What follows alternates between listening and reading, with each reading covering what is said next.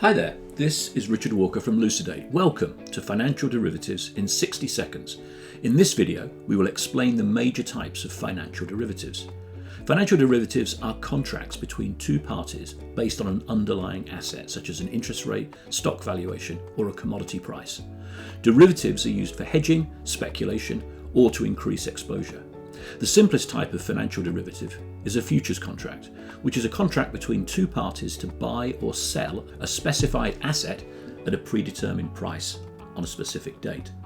Options are another type of financial derivative, which gives the holder the right but not the obligation to buy or sell an asset at a predetermined price on a particular date.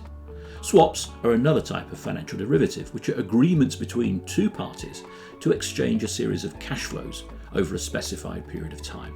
That's it. Now you know about the types of financial derivatives in 60 seconds. Thanks for watching.